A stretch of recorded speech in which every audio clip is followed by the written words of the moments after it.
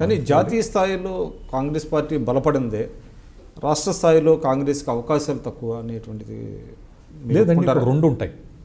ఒకరోజు 70 ఏళ్ళలో దేశం మొత్తం మీద చాలా దారుణంగా ఓడిపోయినటువంటి కాంగ్రెస్ పార్టీ ఆంధ్రప్రదేశ్లో గెలిచిన తర్వాత రివర్స్ అయింది. సో ఇవి జాతీయ స్థాయిలో బాగా ఉన్నప్పుడు దాని ప్రభావం స్టేట్స్లో ఉంటుంది. జాతీయ స్థాయిలో ఓడిపోయిన తర్వాత కూడా మనం చూసాం ఇంతకుముందు. అటువంటి సమయంలో కూడా రాష్ట్రంలో ఉండేటువంటి ఫలితాల ప్రభావం జాతీయ స్థాయికి కూడా ఉంటాయి. సో ఆ ట్రాన్సిషన్లో ఉన్నాం మనం ఇప్పుడు.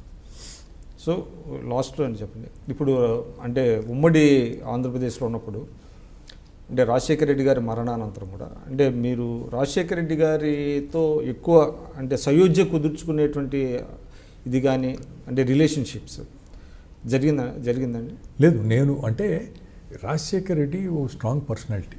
ఆయనకుండే ఆలోచనలు అదేవిధంగా ఆయన పోతాడు.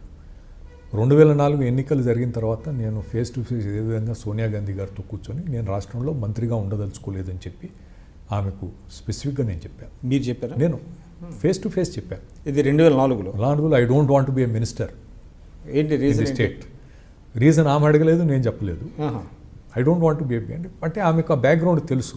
ఎందుకంటే మీ మధ్య ఉండేటువంటి వైరుధ్యం అంటే వైరుధ్యం అని కాదు, I don't see eye to eye అంటే ఆయనకు ఉండే ఆలోచన విధానం, ఆయన చేసేటువంటి దాంట్లో నేను ఆ రోజు చెప్పిన దానికి ప్రధానమైనటువంటి కారణం ఏమిటంటే, నేను 93లో మొదటిసారి మంత్రి అయినప్పుడు నాకు మంత్రి పదవి ఇచ్చిన భాస్కర్ రెడ్డి గారు అందరినీ కలుపుకోవాలన్నట్టు ఆయన ఆలోచన చేసిన, ఆయన చుట్టూ ఉండేటువంటి వాళ్ళంతా కూడా ఒక ప్రాధాన్యత లేనటువంటి పోర్ట్ఫోలియో ఆయనకి ఇవ్వాలి అని పర్యావరణం, శాస్త్ర సాంకేతిక పరిజ్ఞానం పైన నాకు ఇచ్చారు.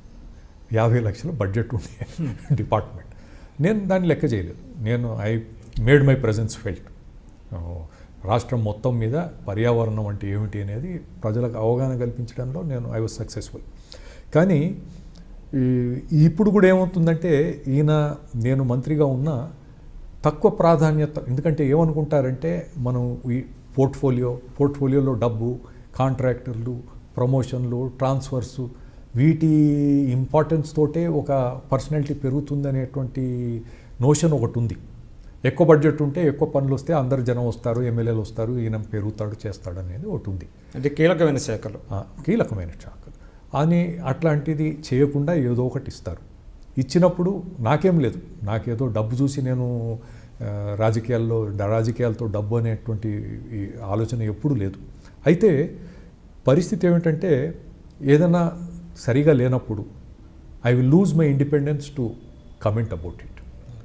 నేను మంత్రిగా ఉన్నప్పుడు దాన్ని ఏదైనా ఒక నిర్ణయం, ఇప్పుడు పోతిరెడ్డిపాటిదే ఉంది క్యాబినెట్లో, I would have raised a big issue. నేను చేస్తే ఏమవుతుందంటే, నా గురించి బయట ప్రచారం ఏం జరిగేదంటే, ఆయనకు పోర్ట్ఫోలియో సరిగా ఇవ్వలేదని చెప్పి, ఊరికే ఏదో మాట్లాడుతున్నారని చెప్పి నా పర్సనాలిటీని దెబ్బతీసేటువంటి పరిస్థితులు ఉండేవి. I was not. కానీ అది మీరు చేసిన పొరపాటు కదంటారా? అంటే మంత్రి పదవి వచ్చినా కూడా తీసుకోకపోవడం వచ్చినా కాదు, నేను వద్దని చెప్పాను. అది వచ్చేదా లేదా తర్వాత విషయం. But I was clear, I'm not. ఇప్పుడు నేను డిఫర్ అవుతాను అనుకోండి, డిఫర్ అయినప్పుడు ఆ విధంగా చెప్తారు. లేదు, నేను మాట్లాడకుండా ఉంటాను, ఆయనతో బ్రాకెట్ అయిపోయేవాడిని.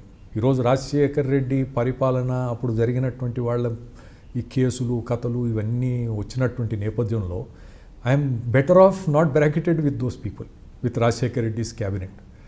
ఒక రకంగా ఏముందంటే, రాజశేఖర్ రెడ్డి క్యాబినెట్లో లేనటువంటి వాళ్ళు అనేది ఒక డిస్టింక్ట్ గ్రూప్, ఒక section, small one, but I have been out of that.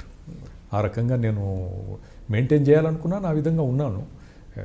Issues వచ్చినప్పుడు నేను ఖచ్చితంగా మాట్లాడాను. అది ప్రజల పక్షాన, దాంట్లో వేరే ఆంతర్యం ఏమి లేదు, డిసిడెంట్స్ కాదు, ఇంకేమీ కాదు. హైదరాబాద్లో మన ఈ పివి నరసింహారావు ఎక్స్ప్రెస్ వే ఉంది కదా, ఎయిర్పోర్ట్ నుంచి వస్తుంటే, దాన్ని నిర్మాణం చేయడానికి 600 కోట్ల అంచనా అవుతుంది.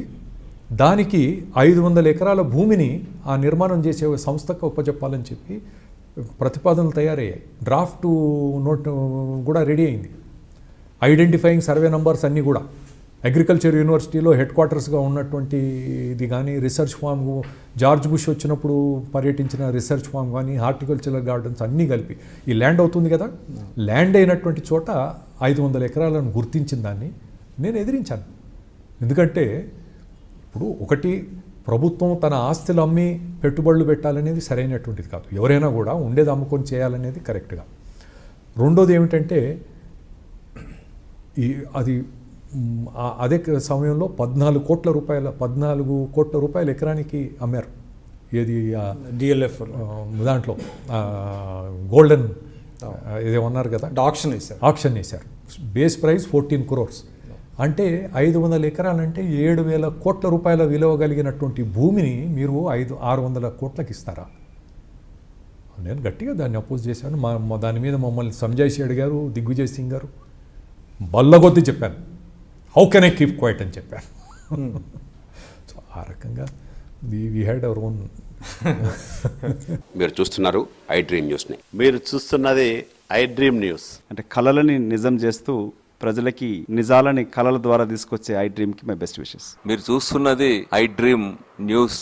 మీరు చూస్తున్నారు I dream channel. For more videos please subscribe I dream. మరిన్ని వీడియోల కోసం ఐ డ్రీమ్ని సబ్స్క్రైబ్ చేయండి. Please subscribe I dream. And I'm very much satisfied with the way interview went on. Kindly subscribe to I Dream. For more videos, subscribe to iDream. And loads of fun entertainment and content. Do watch I Dream.